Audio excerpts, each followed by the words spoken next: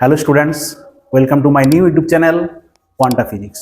তো চলো আমরা আজকে শুরু করব ক্লাস 10-এর বিহেভিয়ার অফ গ্যাস, অর্থাৎ গ্যাসের আচরণ। এই গ্যাসের আচরণের ক্যারেক্টারিস্টিকগুলো কি সেটা আমরা প্রথমে জেনে নিই। আচ্ছা, ক্যারেক্টারিস্টিক্স অফ গ্যাসের ফার্স্ট পয়েন্ট হচ্ছে ইন্টারমলিকুলার ফোর্স অফ অ্যাট্রাকশন, অর্থাৎ আন্তঃআণবিক আকর্ষণ বল। তোমরা সবাই জানো যে গ্যাসের অণুগুলো অনেক দূরে দূরে অবস্থান করে। আমি যদি দেখাই তোমাদেরকে,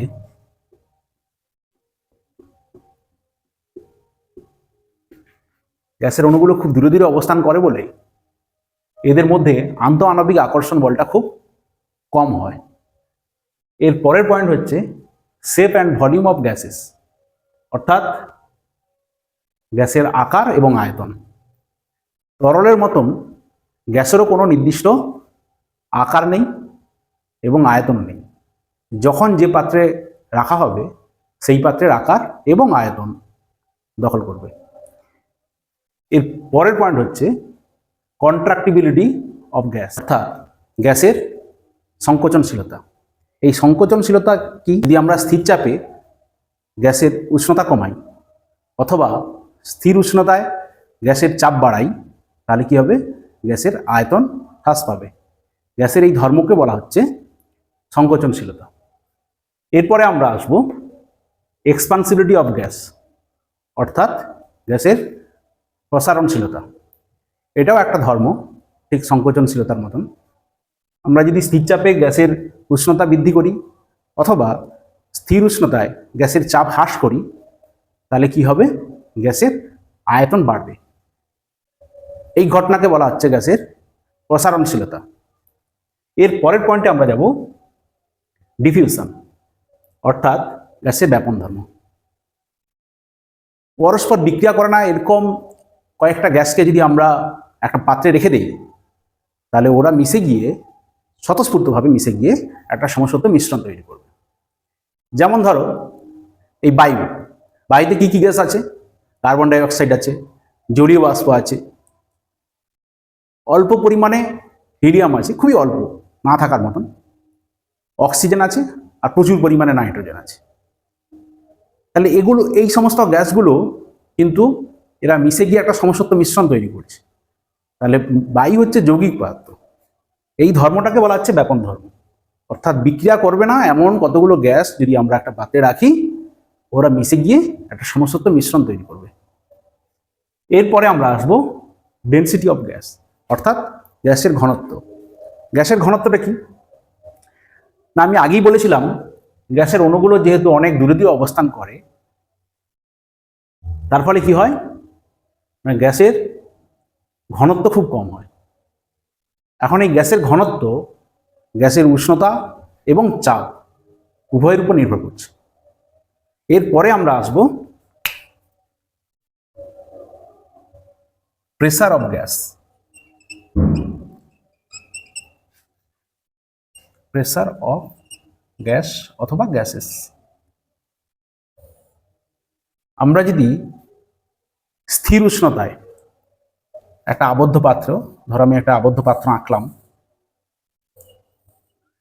একটা আবদ্ধ পাত্র এঁকেছি, এতে কিছু পরিমাণ গ্যাস আছে ধরে নাও।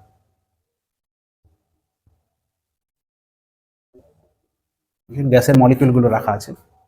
এখন এই আবদ্ধ পাত্রে যদি আমরা কিছু গ্যাস রাখি, তাহলে ওই গ্যাস পাত্রের দেওয়ালের ভেতরের দিকে লম্ব হবে প্রতি একক ক্ষেত্রফলে যে বল প্রয়োগ করবে। তাহলে সংজ্ঞাতে তোমরা দেখতে পাচ্ছ যে প্রেসার মানেই হচ্ছে বল, অর্থাৎ ফোর্স বাই এরিয়া। তাহলে আবদ্ধ পাত্রে আমরা কি শিখলাম? আবদ্ধ পাত্রে যদি আমরা গ্যাস রাখি, সেই গ্যাস পাত্রের দেওয়ালের ভেতরে প্রতি একক ক্ষেত্রফলে লম্বভাবে যে বল প্রয়োগ করবে, তাই হচ্ছে গ্যাসের চাপ। তাহলে গ্যাসের চাপ আর প্রেসার ফোর্স আপন এরিয়া। এখান থেকে আমরা এর একক এবং মাত্রা দুটোই বের করে নিতে পারবো যদি আমরা এর ফর্মুলা জানি। আমি এই ফর্মুলাটাকে বক্স করছি, তোমরাও এটা বক্স করে রাখবে। তাহলে এর ইউনিটগুলো কি কি হবে? সিজিএস ইউনিট প্রথম আমরা বের করব। তোমরা জানো বলের সিজিএস ইউনিট কি হয়, ডাইন আর এরিয়ার সেমি স্কোয়ার। তাহলে যেহেতু এরিয়াটা নিচে আছে তাহলে dyne per semi square or dyne centimetre to the power -2 এই আকারেও লিখতে পারি। এসআই ইউনিটটা কি দাঁড়াচ্ছে, নিউটন পার মিটার স্কোয়ার আর নিউটন টু দি পাওয়ার আর newton metre to the power -2। তোমাদেরকে আরেকটা সিস্টেম জানতে হবে, ইউনিট সিস্টেম, সেটা হচ্ছে এফপিএস। এফপিএস পদ্ধতিতে বলের একক হচ্ছে পাউন্ডাল, আমি লিখলাম পাউন্ডাল, আর এরিয়ার একক হচ্ছে ফুট স্কোয়ার। যেহেতু এরিয়া নিচে আছে তাহলে পাউন্ডাল পার ফুট স্কোয়ার, অথবা আমরা পড়ব poundal foot two the power -2। তাহলে আমরা তিনটে পদ্ধতিতে প্রেসারের একক জানলাম। এরপরে মাত্রা জানবো। আমরা যদি এই ফর্মুলা যদি জেনে থাকি তাহলে এখান থেকে মাত্রা বের করে নিতে পারবো, মাত্রাকে আলাদা করে মুখস্থ করতে হয় না। কি হবে মাত্রা, তাহলে dimension of pressure or P. আমরা জানি বলের মাত্রা কি হয়, বল সমান ভর ইন্টু ত্বরণ, অর্থাৎ ভরের মাত্রা এম ইন্টু ত্বরণের মাত্রা এল টি টু দি পাওয়ার -2। যেহেতু ফোর্স সমান হচ্ছে এম এ হয়, তোমরা এটা শিখে আসছো ক্লাস 9-এ। আর ক্ষেত্রফলের মাত্রা এল স্কোয়ার। তাহলে কি মাত্রা দাঁড়ালো, M L to the power -1 T to the power -2। এটাকে থার্ড ব্র্যাকেট করে রাখবো ডাইমেনশনকে। তাহলে M L to the power -1 T to the power -2 হলো চাপের মাত্রা। এখন প্রশ্ন হচ্ছে এই pressure of gas or air প্রেসারটা কি, এই সম্পর্কিত আমরা একটা প্র্যাকটিক্যাল দেখে নিলে মন্দ হয় না। যদি আমি তোমাদেরকে বলি যে তোমাকে একটা ছোট্ট বোতলে 500 ml বোতলে জল দেওয়া হলো, তুমি ওই জলটাকে স্থানান্তরিত করবে কি করে অন্য পাত্রে, না ঢেলে, মানে জলটাকে আমরা পাত্রেতে ঢালবো না, অথচ স্থানান্তরিত করব। সেটা কিভাবে করব, আসো দেখে নিই এই সম্পর্কিত একটা প্র্যাকটিক্যাল। তোমাদেরকে এই বোতলে একটু জল দেওয়া হলো এবং বলা হলো যে এই জলটা না ঢেলে পাত্রে কিভাবে স্থানান্তরিত করবে। তোমরা সবাই বলবে এ আবার কিরকম প্রশ্ন, জলকে না ঢেলে পাত্রেতে স্থানান্তরিত করবো কিভাবে। এখানে আমরা কি করব, এই এয়ার প্রেসারকে কাজে লাগাবো। তাহলে কিভাবে এয়ার প্রেসারকে কাজে লাগিয়ে আমরা এই জলটাকে এই গ্লাসের মধ্যে স্থানান্তরিত করব সেটা এবার এসে দেখো। এখানে আমরা একটা বেলুনকে হাওয়া ভর্তি করে এই বোতলের মুখে লাগিয়ে দিয়েছি। এবার যখনই আমি এই হাতটা ছেড়ে দেবো, অর্থাৎ যেহেতু এখানে চাপটা বেশি এবং এই অংশে চাপটা কম, তাহলে যখন আমরা এই বেলুনের এখানে যে আমি ধরে রেখেছি যদি এটা ছেড়ে দিই তাহলে কি হবে, এই বেশি অংশের চাপটা কম অংশের চাপের দিকে যাবে এবং ওখান থেকে জলটা স্থানান্তরিত হবে পাত্রে। দেখো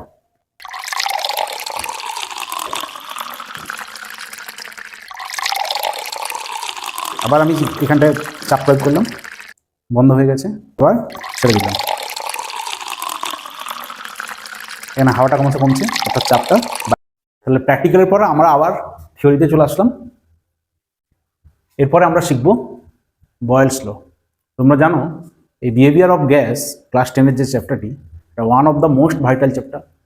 এখানে বয়েলের সূত্র এবং চার্লসের সূত্রের যে সমন্বয় সূত্র রয়েছে সেখান থেকে অঙ্ক আসে এবং বয়েলের সূত্র থেকেও অঙ্ক আসে। আমরা আজকে কিছু অঙ্ক শিখব এবং পরবর্তী অঙ্ক নেক্সট ভিডিওগুলোতে শিখব। তাই তোমরা এই চ্যানেলটাকে সাবস্ক্রাইব করবে এবং বেল আইকনটাকে অন করে রাখবে। তো চলো আমরা শিখব বয়েলের সূত্র। বয়েল কি বলেছে, স্থির উষ্ণতায় নির্দিষ্ট ভরের গ্যাসের আয়তন গ্যাসের চাপের সঙ্গে ব্যস্তানুপাতে পরিবর্তিত হয়। ধরো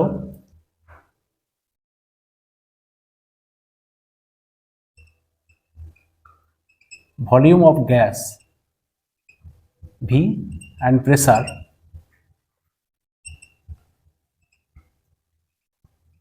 P. According to Boyle law,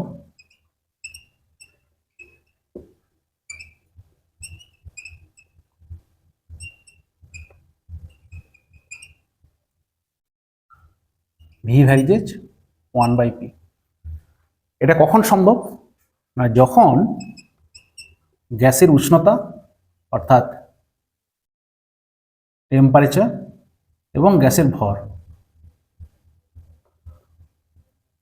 constant. টি হলো টেম্পারেচার অফ গ্যাস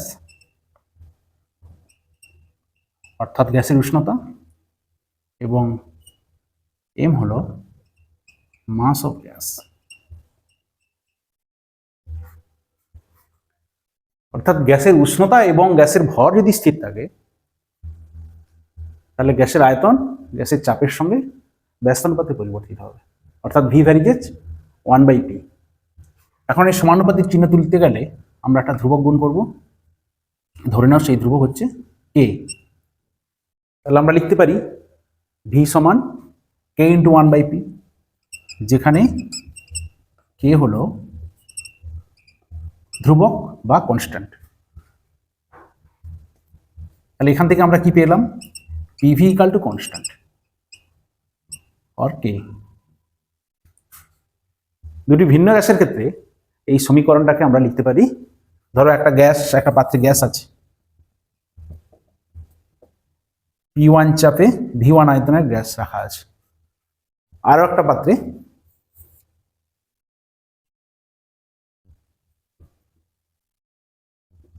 P2 চাপে V2 আয়তনের গ্যাস রয়েছে। এখন এই দুটো গ্যাসের উষ্ণতা এবং ভর যদি স্থির থাকে, অর্থাৎ গ্যাসের টেম্পারেচার T এবং গ্যাসের ভর M, এরা কনস্ট্যান্ট, তাহলে আমরা কি লিখতে পারি? আমি উপরটা মুছছি। আচ্ছা, এটা এই বয়েলের সূত্রটা মোছার আগে তোমরা এর কনসেপ্টটা নোট ডাউন করে নাও খাতায়, যাতে পরে কাজে লাগবে। তাহলে বয়েলের সূত্র থেকে আমরা পেয়েছিলাম পিভি ইকাল টু কনস্ট্যান্ট।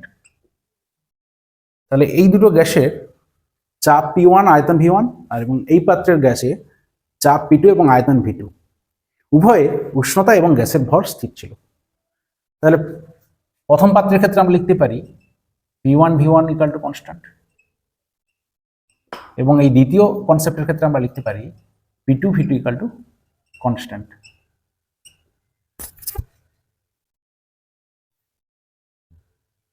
এই দুটোকে কম্বিনেশন করে আমরা লিখব P1 V1 সমান P2 V2। কি করে হলো? না যেহেতু P1 V1 equal to constant এবং P2 V2 equal to constant, তাহলে এই দুটোকে কম্পেয়ার করে লেখাতে পারি কম্পেয়ারিং বোথ। এখানে আমরা লিখে দিতে পারি কম্পেয়ারিং বোথ ইকুয়েশন।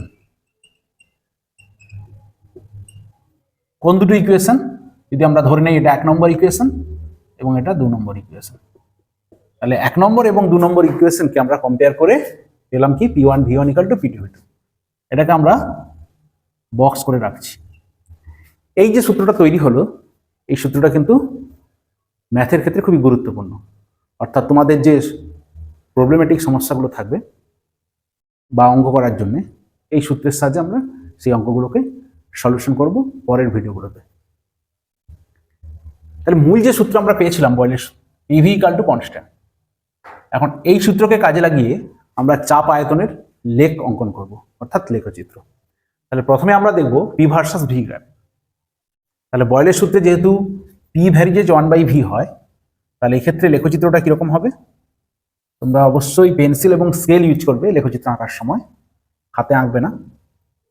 আয়তকার পরাবৃত্ত বা সমপরাবৃত্ত। আয়তকার পরাবৃত্ত কেন? আমরা যদি যে কোনো এই লেখের উপর একটা পয়েন্ট ধরি, এর এক্স অক্ষ বরাবর ভি ধরে নিলাম এবং ওয়াই অক্ষ বরাবর চাপকে পি ধরে নিলাম, তাহলে যে কোনো এই লেখচিত্রের উপরে আমরা একটা বিন্দু ধরলাম বা পয়েন্ট ধরলাম।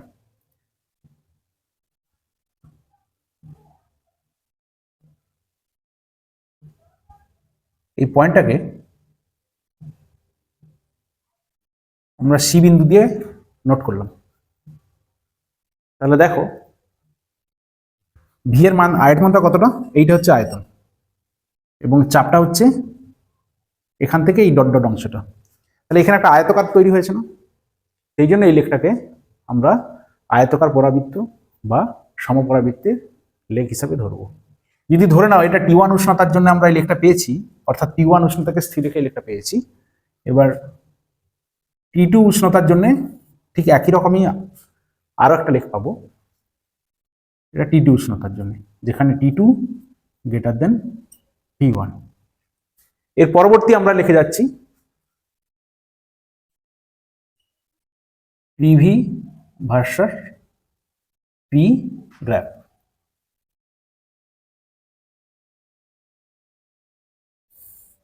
এক্স অক্ষ বরাবর আমরা চাপ এবং চাপ ও আয়তনের গুণফলকে যদি আমরা ওয়াই অক্ষ বরাবর ধরি, যেহেতু চাপ আয়তনের গুণফল সর্বদা কনস্ট্যান্ট, যেখানে লেখাই আছে তোমরা দেখতে পাচ্ছ, তাহলে কি হবে, এক্ষেত্রে লেখচিত্র হবে চাপ অক্ষের সমান্তরাল সরলরেখা। ধরো এটা T1 উষ্ণতার জন্য পেলাম, T2 উষ্ণতার জন্য যদি লেখ অঙ্কন করি তাহলে এটা পাবো। এখন এখানে সমান্তরাল সরলরেখা কেন হলো, আমার চাপের মান যাই হোক না কেন সবসময় চাপ আয়তনের গুণফলটা ধ্রুবক থাকবে। অর্থাৎ তোমরা যদি গ্যাপ পেপারে এই লেখটা অঙ্কন করো দেখবে চাপ অক্ষের সমান্তরাল সরলরেখা।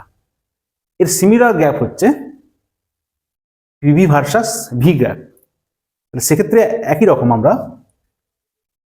শুধুমাত্র এক্স অক্ষ বরাবর আয়তন এবং চাপ ও আয়তনের গুণফলকে ওয়াই অক্ষ বরাবর ধরলে সেক্ষেত্রেও লেখচিত্র হবে আয়তন অক্ষের সমান্তরাল সরলরেখা। অর্থাৎ আয়তন অক্ষের কেন বললাম না, তখন আমরা এক্স অক্ষ বরাবর চাপ না ধরে আয়তন ধরব। এর সিমিলার গ্যাপ হচ্ছে similar gap PV versus V. অর্থাৎ চাপ আয়তনের গুণফলকে আমরা ওয়াই অক্ষ বরাবর ধরব এবং এক্স অক্ষ বরাবর যদি আয়তন ধরি সেক্ষেত্রে এই ধরনের লেখচিত্রই আসবে। তাহলে এক্ষেত্রেও একই রকম T2 গ্রেটার দেন T1। এর পরবর্তী গ্রাফ আসবো আমরা P ভার্সাস সমান বাই ভি বা ভি ভার্সাস সমান বাই পি। তোমরা এটাকে নোট ডাউন করো, কেন এরপরে আমি এটাকে মুছে পরবর্তী গ্রাফটা দেখাবো। তাহলে আমরা এই পরবর্তী গ্রাফ শিখবো V versus one by P graph আর P versus one by V graph. এই দুটো গ্রাফেরই ক্যারেক্টারিস্টিক একই রকম, শুধু স্কেলটা চেঞ্জ করলেই হলো। তাহলে আমরা প্রথম দেখছি V versus one by P graph. আমরা এক্স অক্ষ বরাবর ওয়ান বাই পি ধরলাম এবং ওয়াই অক্ষ বরাবর আয়তনকে ধরে লেখচিত্র অঙ্কন করলে কি হবে, স্ট্রেট লাইন আসবে। একদম অরিজিন থেকে শুরু না হলেও এটা মূলবিন্দুগামী সরলরেখা হচ্ছে। কেন অরিজিন থেকে শুরু হলো না, যদি আমরা একদম অরিজিনে তো আয়তন শূন্য অর্থাৎ ভলিউম শূন্য হয়ে যাচ্ছে, সেক্ষেত্রে চাপ অসীম, আবার চাপ শূন্য হলে আয়তন অসীম হয়ে যাচ্ছে। এখানে স্ট্রেট লাইনটা হলো কেন না, তোমরা বয়েলের সূত্রে জেনেছো V PV equal to constant और V ভ্যারিজ এজ 1/p। তাহলে আমি বলতে পারি না যে গ্যাসের আয়তনের সঙ্গে গ্যাসের চাপের অনন্য সরল সম্পর্কে আছে। অর্থাৎ গ্যাসের আয়তন বাড়লে গ্যাসের চাপের অনন্য বাড়বে, অর্থাৎ 1/p বাড়বে। সেই জন্য এখানে স্ট্রেট লাইন হয়েছে। আমরা ধরলাম এটা T1 উষ্ণতার জন্য পেলাম, এটা T2 উষ্ণতার জন্য পেলাম, তাহলে T2 T1 এর থেকে বড়। ঠিক একই রকম আমরা স্কেলটাকে চেঞ্জ করে দেখব V versus one by P versus one by V graph. এক্ষেত্রে ওয়ান বাই ভি কে আমরা এক্স অক্ষ বরাবর ধরলাম এবং গ্যাসের চাপকে ওয়াই অক্ষ বরাবর ধরলাম। এক্ষেত্রেও লেখচিত্র অঙ্কন করলে সেই স্ট্রেট লাইন হয়। এটা T1 উষ্ণতার জন্য, এটা T2 উষ্ণতার জন্য, T2 গ্রেটার দেন T1।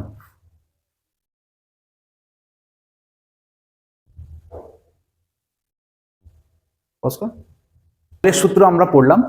এই এখন বয়েলের সূত্রে ধ্রুবকগুলো কি কি, আমি প্রথমেই যখন সূত্রটা পড়াই তোমরা হয়তো খেয়াল করেছো অথবা ভিডিও ব্যাক করে দেখে নেবে যে সেখানে আমি কি বলেছিলাম যে স্থির উষ্ণতায় নির্দিষ্ট ভরের গ্যাস, আবারও বলছি, স্থির উষ্ণতায় নির্দিষ্ট ভরের গ্যাস, অর্থাৎ গ্যাসের উষ্ণতা অ্যাজ ওয়েল অ্যাজ গ্যাসের ভর স্থির, অর্থাৎ কনস্ট্যান্ট।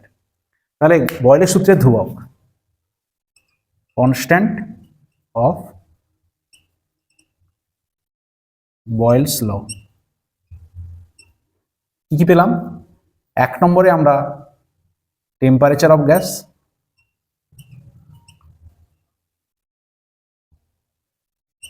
টেম্পারেচার অফ গ্যাস অর্থাৎ গ্যাসের উষ্ণতা, এবং গ্যাসের ভর মাস অফ গ্যাস।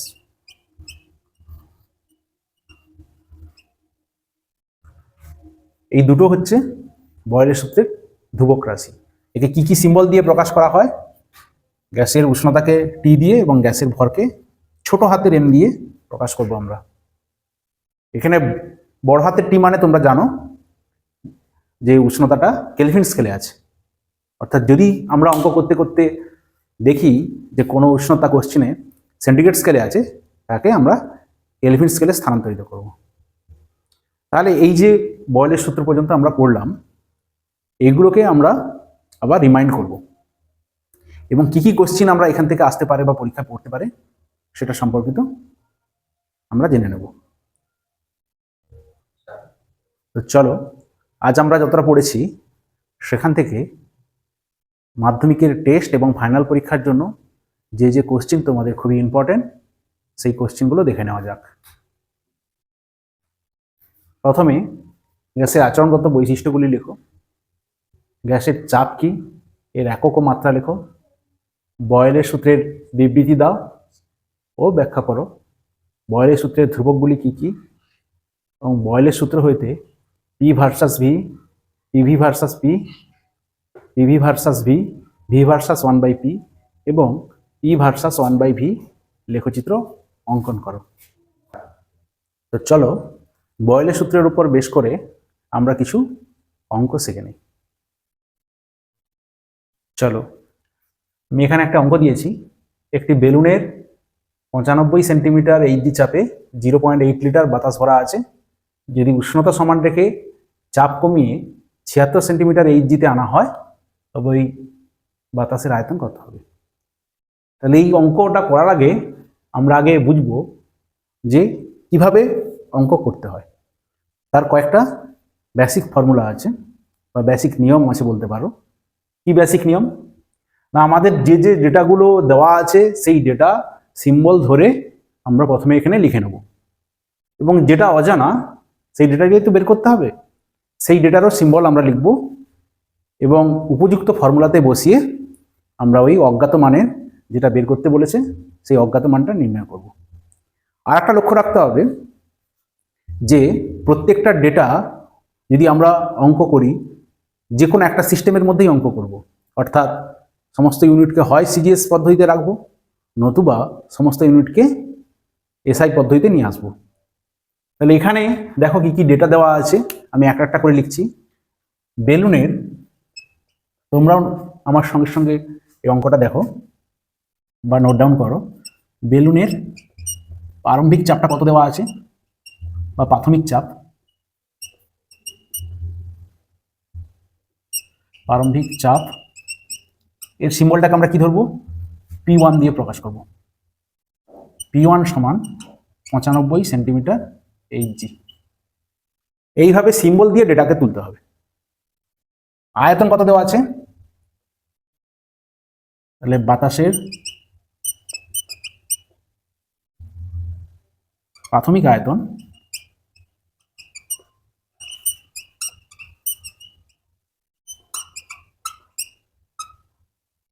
V1 সমান 0.8 লিটার।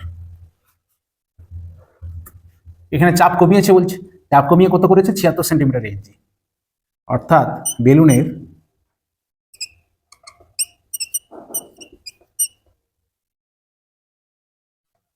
বেলুনের অন্তিম চাপ, একে আমরা P2 দিয়ে প্রকাশ করব। P2 সমান 76 সেন্টিমিটার এইচজি। বেলুনের অন্তিম চাপ P2 সমান 76 সেন্টিমিটার এইচজি।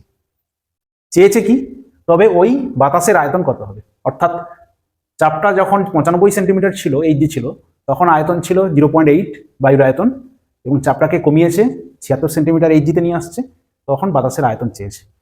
তাহলে বাতাসের অন্তিম আয়তন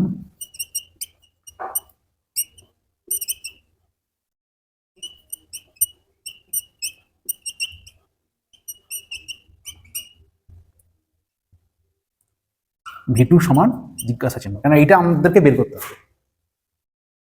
তাহলে এই অঙ্কটা একবার লক্ষ্য করো তোমরা, এখানে কি একটা কন্ডিশন বলে দেওয়া আছে।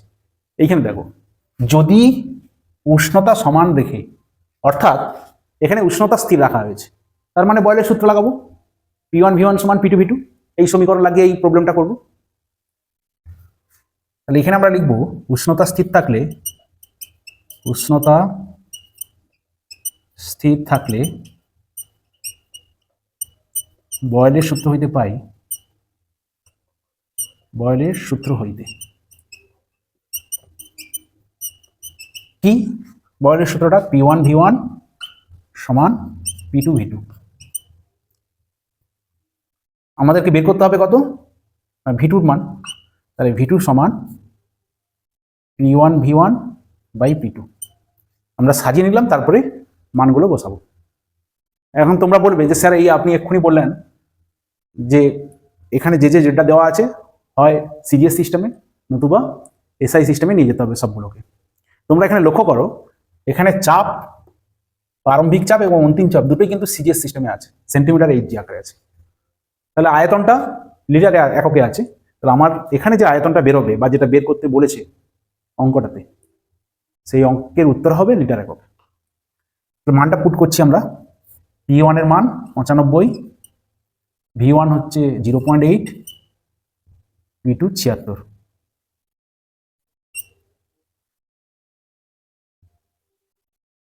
এবার এটা ক্যালকুলেশন করে মডিফাই করতে হবে। এখানে দশমিকটা তুলে নিলাম, নিচে 10 রাখলাম। 5 দিয়ে যদি আমরা কাটি, তাহলে 5 দুগুণে 10, 5 একে 5, 5 লং 45। 4 দিয়ে কাটছি, 4 দুগুণে 8, 4 একে 4, 4 9 36, অর্থাৎ 19 4 76। এই দুটো 19 কেটে গেল, 2 2 কেটে গেল, তাহলে হলো কি 1, অর্থাৎ উত্তরটা দাঁড়ালো 1 লিটার। 1 লিটার। তাহলে এখানেই শেষ নয়, এরপরে আমাদেরকে উত্তর লিখতে হবে। চেয়েছে কি, ওই গ্যাসের আয়তন, ওই বাতাসের আয়তন কত হবে। তাহলে অতএব বাতাসের অন্তিম আয়তন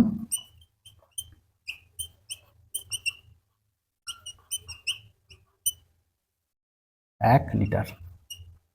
এইটা তোমরা উত্তরটা বের করানোর পর নিচে উত্তর লিখতে হবে। এরপরের অঙ্ক আছে, একটি হ্রদের তলদেশ থেকে একটি বায়ুর বুদবুদ জলের ওপরে ওঠার ফলে তার আয়তন পূর্বের আয়তনের 6 গুণ হয়। পারদ ব্যারোমিটারের উচ্চতা 75 সেন্টিমিটার এইচজি হলে জলের গভীরতা কত, বা অনেক সময় দেওয়া থাকে যে বুদবুদের গভীরতা কত ছিল। এখানে কিন্তু উষ্ণতা স্থির, অর্থাৎ বয়লের সূত্র লাগিয়ে অঙ্কটা আমাদেরকে করতে হবে। কি করব, তাহলে ধরে নিতে হবে বুদবুদের প্রারম্ভিক আয়তন V1। তাহলে ধরে নাও, মনে করি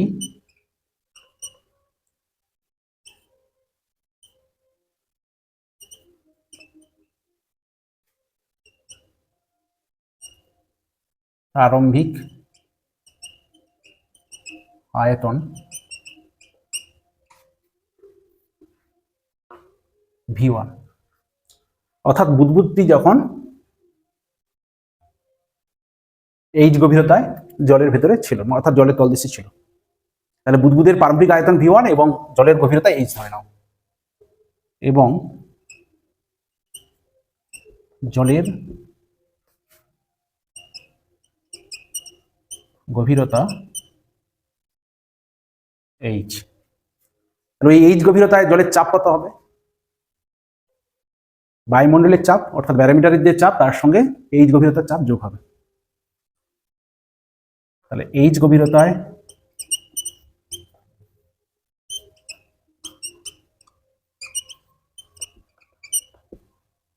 জলের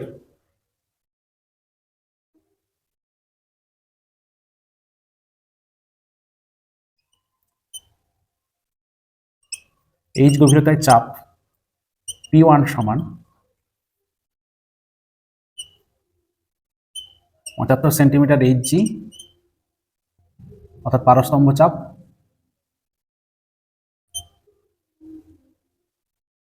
প্লাস এইচ গভীরতায় জলের চাপ।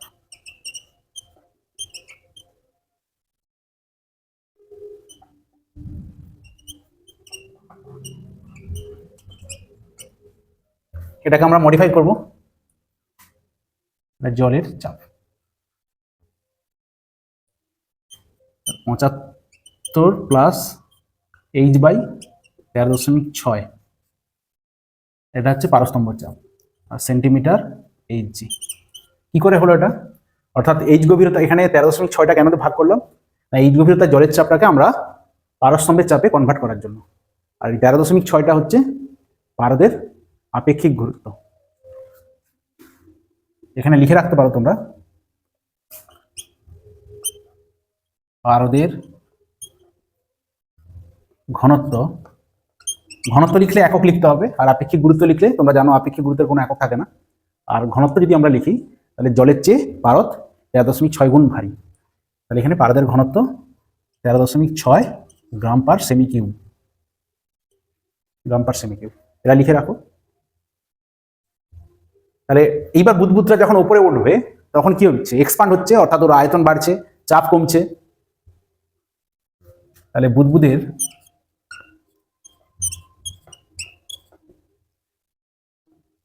অন্তিম আয়তন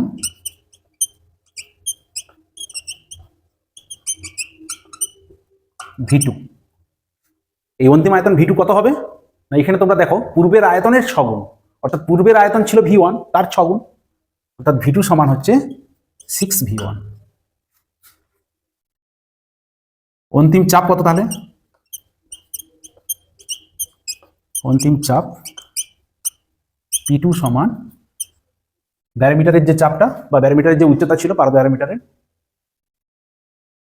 75 সেন্টিমিটার, আমরা এখানে করব চাপটা 75 সেন্টিমিটার HG। এখানে যেহেতু উষ্ণতা স্থির বলেছে, দেখো যেখানে উষ্ণতা স্থির, অর্থাৎ উষ্ণতা স্থির থাকলে বয়েলের সূত্র থেকে আমরা পাই কি P1 V1 সমান P2 V2। তাহলে আবার লিখতে হবে উষ্ণতা স্থির থাকলে, উষ্ণতা স্থির থাকলে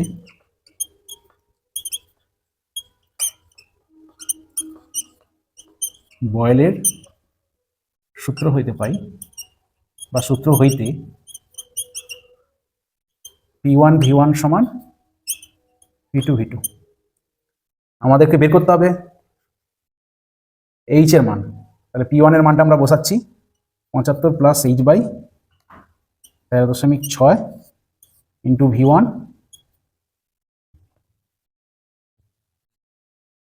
সমান 75 ইন্টু 6V2, সরি 6V1। তাহলে দেখো V1 উঠে চলে যাবে, তাহলে এইচ বাই 13.6 সমান কি হচ্ছে, এই 75টা ওদিকে যাবে, তাহলে আমরা যদি 75 একদম কমন নিয়ে নিই তাহলে 6 মাইনাস 1। কি করে হলো একটু বলে দিই, এখানে আছে V1টা উঠে চলে গেল, তাহলে 75 ইন্টু 6, আর এদিকে এই 75টা যখন আমি ওদিকে নিয়ে যাব দিয়ে 75কে কমন নেবো, তাহলে কি হবে 75 ইন্টু 6 মাইনাস 1, তার মানে 75 ইন্টু 5। তাহলে এইচ কত হলো না, এইচ হলো এই 13.6টা ওর সঙ্গে গুণ হবে, 75 ইন্টু 5 ইন্টু 13.6, এটা গুণ করলে দাঁড়াবে 4950 সেন্টিমিটার। সেন্টিমিটার কেন হলো সিজিএসে? আমরা পুরো অঙ্কটা দেখো সিজিএসে করেছি, সেন্টিমিটার এইচজিতে চাপ আছে, সেই জন্য এখানে এইচ এর মান যেটা বেরোবে সেটা সেন্টিমিটারেই বেরোবে। এবার তোমরা মিটার করে নিতে পারো, মিটার করলে কি হয় 100 দিয়ে ভাগ করতে হয়, তাহলে 49.5 মিটার। এরপরে উত্তর লিখতে হবে, অতএব জলের গভীরতা 49.5 মিটার। আমি এর অঙ্কটা না মুছেই এই সাইডেই লিখছি, তোমরা কিন্তু এটা খাতায় যে নোট ডাউন করছো এই অঙ্কের নিচে লিখবে উত্তরটা, সাইডে লিখবে না, লেফট বা রাইট কোনো সাইডেই লিখবে না, উত্তরটা সবসময় নিচে লিখবে। অতএব জলের গভীরতা